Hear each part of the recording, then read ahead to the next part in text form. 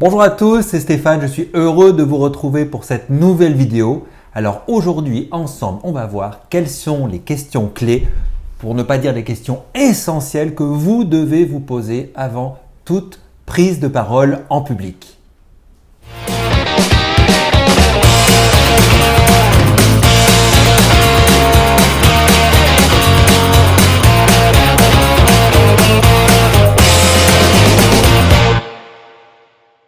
Alors aujourd'hui, on va voir ensemble effectivement les questions essentielles que vous devez vous poser avant toute prise de parole en public.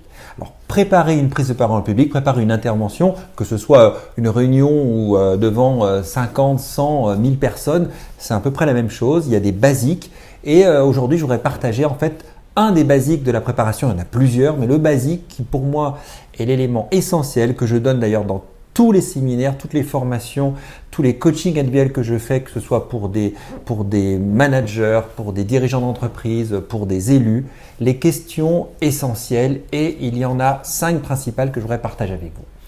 La première question, bien évidemment, c'est le contexte d'intervention. Dans quel contexte vous intervenez? Est-ce que vous êtes plutôt dans un contexte qui vous est favorable par rapport à votre sujet d'intervention, ou est-ce que vous êtes plutôt dans un contexte de crise, ou un contexte tendu, ou un contexte plus événementiel, ou un contexte plus on va dire plus joyeux, plus détendu? C'est l'assemblée générale de la fin de l'année, c'est la convention annuelle, c'est la réunion de partage des résultats et les résultats sont très bons. Au contraire, c'est une réunion de crise, vous êtes en train d'annoncer à vos collaborateurs que l'entreprise va fermer à cause du coronavirus.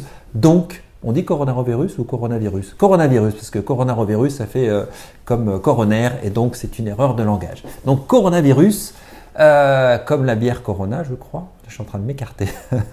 On revient au sujet. Donc la question essentielle qu'il faut se poser, c'est dans quel contexte j'interviens. Deuxième question, c'est peut-être la plus importante, c'est les questions liées au public, les questions liées à l'auditoire. À qui je délivre mon texte, à qui je délivre ma parole. Alors les questions qu'il faut maintenant se poser à l'intérieur de ces questions sur le public sont les suivantes. Quel est le niveau de connaissance de l'auditoire par rapport au sujet? Son niveau de connaissance et également son niveau d'expertise. Si vous faites une intervention dans laquelle vous allez aborder par exemple des éléments techniques, des éléments chiffrés à des directeurs financiers, à des contrôleurs de gestion, bien évidemment, leur niveau de technicité sur le sujet financier sera nettement supérieur à une intervention plutôt grand public sur un même sujet, où là, vous allez devoir vulgariser, adapter votre propos aux profanes en les rendant le plus accessible possible. Ça, c'est une clé aussi importante qu'on verra dans une autre vidéo, mais se rendre accessible, se rendre à la portée de l'auditoire pour que le message puisse passer. Mais on en parlera dans une autre vidéo. Donc, je reviens, quelle est l'expertise, quel est leur niveau de connaissance du sujet. Et puis également, pour aller un peu plus loin par rapport au public, par rapport à l'auditoire, c'est quels sont leurs préjugés, quels sont leurs a priori, voire leurs présupposés. Alors, il y a 2 types de préjugés. Il peut y avoir des préjugés par rapport au sujet d'intervention, par rapport à la thématique, et puis il peut y avoir des préjugés par rapport à vous en tant qu'orateur.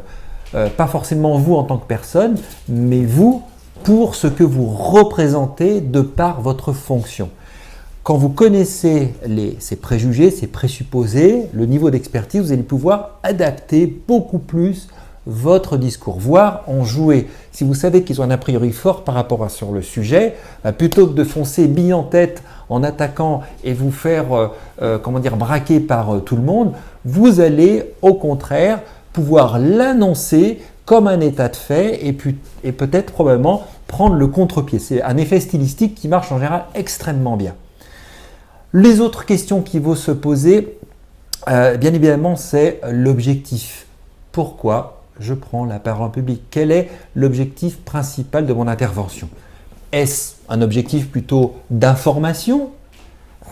Ce sera très différent si vous avez un objectif de conviction. Si votre objectif est de faire passer un message, voire si votre objectif est que l'auditoire passe à l'action après votre intervention. Donc, entre information, divertissement, conviction, bien évidemment, ça va beaucoup changer dans la construction du discours. Autre question essentielle qui est la déclinaison, on va dire opérationnelle de l'objectif, c'est quels sont les messages clés que vous voulez vraiment que l'auditoire retienne à l'issue de votre intervention. Alors, moi j'aime bien dire ça dans mes formations, lorsque j'ai l'auditoire face à moi, je leur dis les questions essentielles, les messages clés sont les suivants. Imaginez que je sois à la sortie de votre intervention, que j'ai un micro et que je vais interviewer les gens qui vous ont écouté, que ce soit au cours de votre réunion ou de votre convention, de votre assemblée, votre séminaire. Eh bien, les messages clés, c'est ce que les personnes doivent être en mesure de me sortir. Vraiment les idées fortes. Pourquoi c'est important de les fixer avant ? Parce que selon le principe du marketing, durant la construction de votre discours, vous allez les implémenter à plein d'endroits différents et vous allez les répéter, les péter, répéter. Alors avec des angles différents, parfois avec des chiffres, parfois avec un exemple, parfois avec une illustration. Et surtout, vous allez les mettre dans votre synthèse, puisqu'en général, les gens retiennent la manière dont on démarre et puis la manière dont on conclut. Donc les messages clés, c'est vraiment ce que vous voulez que l'auditoire retienne. Et un truc qu'il faut savoir, c'est que les messages clés, il n'en faut pas 50 000. Les messages clés, c'est très simple. C'est en général un triptyque. 3 messages. Alors ça peut être moins, ça peut être 1, ça peut être 2, mais en tout cas pas 10, pas 12, pas 15. Pourquoi ? Alors je vais apprendre une petite chose si vous ne le savez pas. Est-ce que vous savez comment, en tant qu'humain, nous comptons ? Comment l'homme compte ? Eh bien, l'homme compte de la manière suivante. 1, 2, 3, beaucoup. C'est-à-dire qu'en général, au-delà de 3 choses, on estime qu'il y a beaucoup de choses. Faites l'expérience autour de vous, dans votre vie quotidienne, et vous constaterez que c'est assez vrai. Alors, c'est assez empirique ce que je vous dis, mais vous constaterez que c'est plutôt vrai. Donc, les messages clés. Et puis, dernière question qu'il faut vous poser, c'est la question, bien évidemment, du timing. De combien de temps je dispose et à quel moment j'interviens. Moment de la journée, si c'est une intervention à 20h, 21h le soir et que l'auditoire a déjà toute sa journée de travail dans les pattes, les conditions sont différentes que si j'interviens à 9h du matin, que si j'interviens à 2h de l'après-midi en phase post-prandiale où les gens sont tous en phase de digestion et qui sont sur le pont depuis 7h du matin et qu'ils n'ont qu'une envie, c'est de faire une petite sieste. Le moment auquel je vais intervenir va beaucoup changer. Puis également le moment, et là je renvoie au contexte, si c'est un contexte tendu, détendu, va beaucoup influencer. Et puis le timing. Le message que je veux faire passer, est-ce que j'ai 3 minutes, est-ce que j'ai 5 minutes, est-ce que j'ai 1 heure, est-ce que j'ai une journée, voilà. Le temps, bien évidemment, va définir la structuration et comment on structure son propos. Ça, évidemment, on ne va pas tout dire aujourd'hui. Ce sera l'objet d'une prochaine vidéo. Donc, je vous invite à toujours dans les commentaires ci-dessous à partager vos idées et puis une nouvelle fois si vous avez des idées divergentes, si vous n'êtes pas d'accord avec moi ou si vous avez des idées complémentaires ou des expériences différentes, partagez-les, on va échanger, ça va être vraiment pertinent et enrichissant parce qu'on va tous apprendre ensemble, c'est vraiment le but de cette chaîne, c'est de progresser, de grandir ensemble.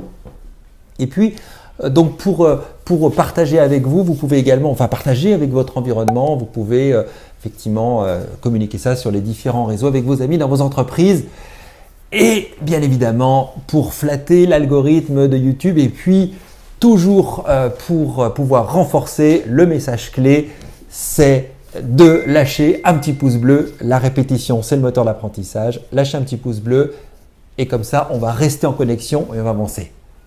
Et bien sûr, dans les commentaires ci-dessous, je réponds à tous vos messages. C'est important pour qu'on reste connecté. Ciao, ciao!